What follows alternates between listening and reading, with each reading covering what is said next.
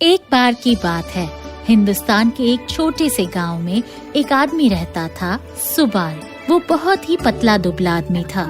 उसका बेटा सुशील बहुत ही शरारती था और पूरे गांव की नाक में दम करके रखता था। गठिया की बीमारी होने की वजह से सुबाल अपने बेटे के पीछे भाग नहीं सकता था। मेरा बेटा कुछ ज्यादा ही शरारती है विक्रम। मैं कर भी क्या सकता हूँ। इस गठिये ने परेशान किया हुआ है और वो बंदरों की तरह उछलता फिरता है। वो सुशील ही है ना? ओए, मेरी मुर्गी वापस कर दो।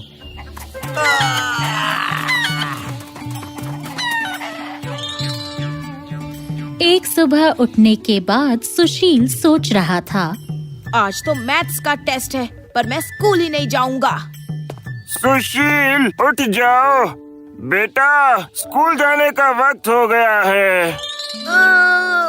पापा, मैं आज स्कूल नहीं जा पाऊंगा। आज बहुत जोर की पेट में दर्द हो रहा है। पेट में दर्द? अच्छा। ओ मेरा बेटा, ज्यादा दर्द है क्या? सुशील ने हाँ में सिर हिलाया। वो खुश हो रहा था कि उसकी चाल काम कर गई। अच्छा, अगर तुम आज स्कूल नहीं जा सकते तो तुम बॉस के घर आज जश्न में भी नहीं जा पाओगे। ओह बेचारा। इतना कहकर वो चला गया और सुशील सोच में पड़ गया। वो बॉस के घर बनने वाली जलेबियों और पटाखों के बारे में सोचने लगा। ये लो, ये दवाई पी लो, दर्द ठीक हो जाएगा। पापा, मैं अब ठीक हूँ। अब मेरे पेट में दर्द नहीं है। पर अगर फिर से हो गया? ये लो, बात मानो बेटा, दवाई अभी पी लो। ना चाहते हुए भी बेचारे सुशील को वो दवाई पीनी पड़ी। सुबाल बाहर चला गया और उसने दरवाजा बंद कर दिया। पापा, ये आप क्या कर रहे हैं? अच्छा होगा अगर तुम पूरा दिन घर में ही आराम करो। सुशील के दरवाजा खटखटाने का भी कोई फायदा ना हुआ और वो रोने लगा। काश के मैं बड़ा होता तो मैं जो करना चाहता वही करता। सुबाल बाहर बैठकर सोच रहा था, सुशील कितना किस्मत वाला है कि वो अभी बच्चा है। मुझे मेरे माता पिता के लाड प्यार ने बिगाड़ दिया था और मैं पढ़ा नहीं। काश मैं फिर से बच्चा बन जाऊं, फिर मैं मन लगा कर पढ़ूंगा और अच्छे नंबर लाऊंगा। और फिर रात हो गई और सुबाल और सुशील दोनों सो गए। उस रात इच्छाओं की परी उनके घर आई। मैंने तुम्हारी इच्छा सुनी और अगर तुम यही चाहते हो तो मैं तुम्हारी इच्छा पूरी करती हूँ। अगली सुबह उठने पर सुबाल को कुछ अजीब लगा। हाँ? मेरे कपड़े ये इतने ढीले क्यों हो गए हैं? अरे ये क्या ये सच में मैं ही हूँ? सुशील! वो तेजी से सुशील के कमरे की तरफ भागा, पर उसके बेटे की जगह एक बूढ़ा आदमी वहाँ बैठा था। ये कपड़े टाइट हो गए हैं, मुझे ये क्या हो गया है? सुशील! ओ अब मेरी समझ में आया। सुशील सुबाल को बच्चा बना देखकर हैरान था और उसकी बात सुन रहा था। देखो, हमारी इच्छाएं पूरी हुई। हम जो चाहते थे वो कर सकते हैं। इतनी जोर से मत चिल्लाओ। मुझे तो बहुत अच्छा लग रहा है।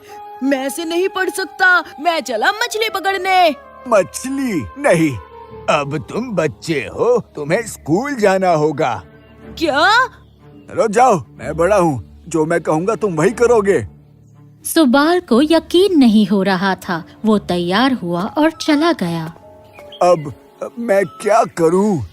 ओह, एक काम है, मैं सबसे ऊंचे पेड़ पर चढ़ूंगा। तो वो गांव के चौराहे पर गया जहाँ एक बड़ा बरगद का पेड़ था। चलते चलते उसकी पाँव में दर्द होने लगा।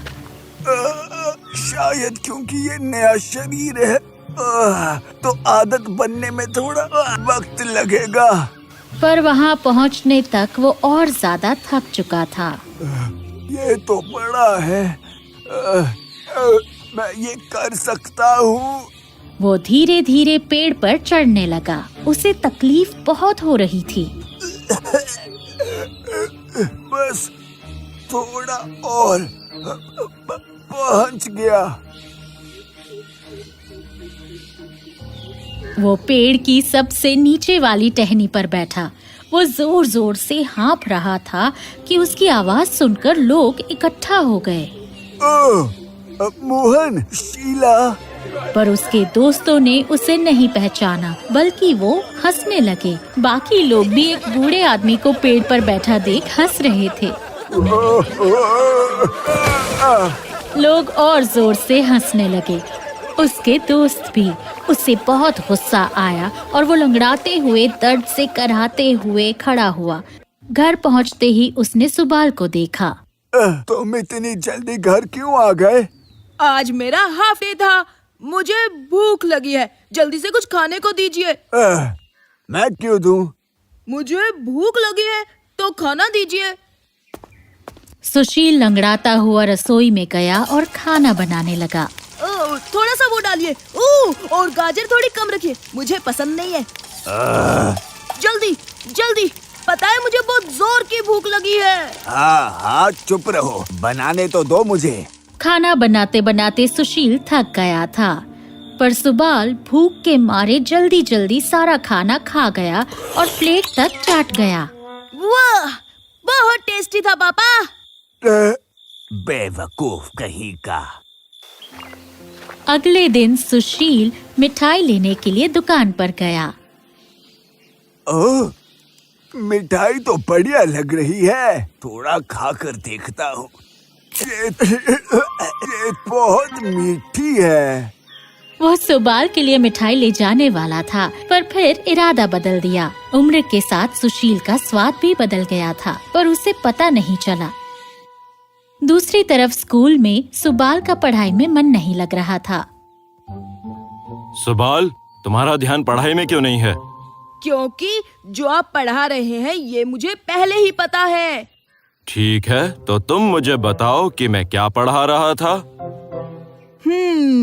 ये मेरे साइंस के टीचर हैं और बोर्ड पर एक पेड़ बना हुआ है। हाँ, आप पढ़ा रहे थे कि पेड़ कितने जरूरी हैं और वो हमें कैसे ऑक्सीजन देते हैं, है ना? सुबाल, मैं आज आर्ट की क्लास ले रहा हूँ, साइंस की नहीं। तुम सबको ये पेड़ बनाना है। क्लास खत्म होने तक बाहर जाकर खड़े हो जाओ। ओ नहीं। और वहाँ सुशील गुस्से में इधर उधर घूम रहा था। शायद पानी में तैरकर थोड़ी थकान दूर हो जाए। वो अभी पूरा पानी के अंदर भी नहीं गया था कि ठंड से कांपने लगा। ये पानी तो बहुत ठंडा है।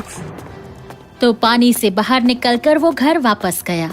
उसे सर्दी हो गई थी और गठिए की बीमारी की वजह से उसके पूरे शरीर में दर्द होने लगा। और स्कूल खत्म होने के बाद सुबाल घर लौट रहा था। रास्ते में उसने अपने कुछ दोस्तों को बैठकर बातें करते हुए देखा। वो वहाँ जाकर उनकी बातें सुनने लगा। ओह, तुम बिल्कुल ठीक नहीं कह रहे हो। तुम कुछ ज्यादा ही सख्ती नहीं दिखा रहे हो क्या? उस बूढ़े आदमी ने बच्चे की तरफ हैरानी से देखा कि वो बिना डरे उनके सामने बोल रहा है। सुबाल भूल गया था कि वो अब बच्चा है और उसके दोस्तों ने उसे पहचाना नहीं। किसके बच्चे हो तुम? तुम्हें तमीज नहीं है क्या? जाओ यहाँ से, बड़ों के बीच नहीं बोलते। सुबाल अपने घर की तरफ दौड़ा। उसे लगा कि यहाँ रुका तो और डांट पड़ेगी। उसे घर पहुँचते पहुँचते शाम हो गई थी। मैं आ गया।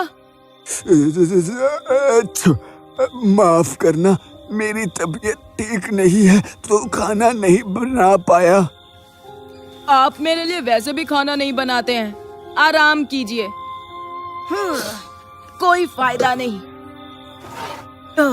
यहाँ भी कुछ नहीं है। लगता है रात भर भूखे ही सोना पड़ेगा।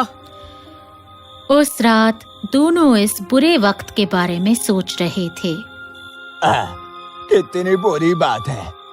मैं तैर नहीं सकता, पेड़ नहीं चढ़ सकता और ना ही ढंग से चल पाता हूँ। और इतने दिनों से मिठाई का एक दाना भी नहीं खाया है। मुझे नफरत हो रही है। मैं अपने दोस्तों को सलाह भी नहीं दे सकता और वहाँ सुशील के दोस्तों से फालतू स्टिकर की बात करनी पड़ती है मुझे। स्कूल बोरिंग है, ये सब मैं पहले ही पढ़ चुका हूँ और इतना छोटा हूँ कि अपने लिए खाना भी नहीं बना सकता। काश कि मैं जैसा पहले था फिर से वैसा ही हो जाऊं। लगता है तुम्हें एहसास हो गया है कि तुम्हें क्या चाहिए। ठीक है, तो मैं तुम दोनों को पहले जैसा ही बना देती हूँ। अगली सुबह सुबाल उठा और उसे अपने शरीर में वही दर्द महसूस हुआ। ये क्या है? हाँ? पापा! सुशील भागकर अपने पिता के कमरे में गया। पापा, क्या हुआ? ओह! सुशील, मैं फिर से पहले जैसा हो गया हूँ। और तुम भी फिर से बच्चे बन गए। क्या? यप्पी! पापा, मैं स्कूल जाऊंगा। मैं अपने दोस्तों से मिल सकूंगा। और उस दिन सुशील तेजी से स्कूल की तरफ भागा और सुबाल रसोई में अपने लिए नाश्ता बनाने गया। ये सब कितना अजीब लग रहा है, पर अब मुझे पता चल गया है कि बच्चा बनकर कैसा लगता है। मुझे सुशील के साथ थोड़ा प्यार से पेश आना चाहिए। स्कूल में सुशील अपने दोस्तों से मिलकर बहुत खुश था। कितना बेवकूफ था मैं। बच्चा बनना ज्यादा मजेदार है। अब से मैं पापा को बिल्कुल परेशान नहीं करूँगा। उन्हें बुढ़ापे में कितनी मुश्किल होती होगी, मैं अब अच्छे से समझ गया हूँ। और इस तरह ये कहानी खत्म होती है। किसी ने सच कहा है, किसी को बुरा कहने से पहले खुद को उसकी जगह रखकर सोचो, क्योंकि आपको नहीं पता कि उस पर क्या बीत रही है। आपके पास जितना है और जो कुछ भी है उसी में खुश रहना सीखो, बिल्कुल सुशील और सुबाल की तरह।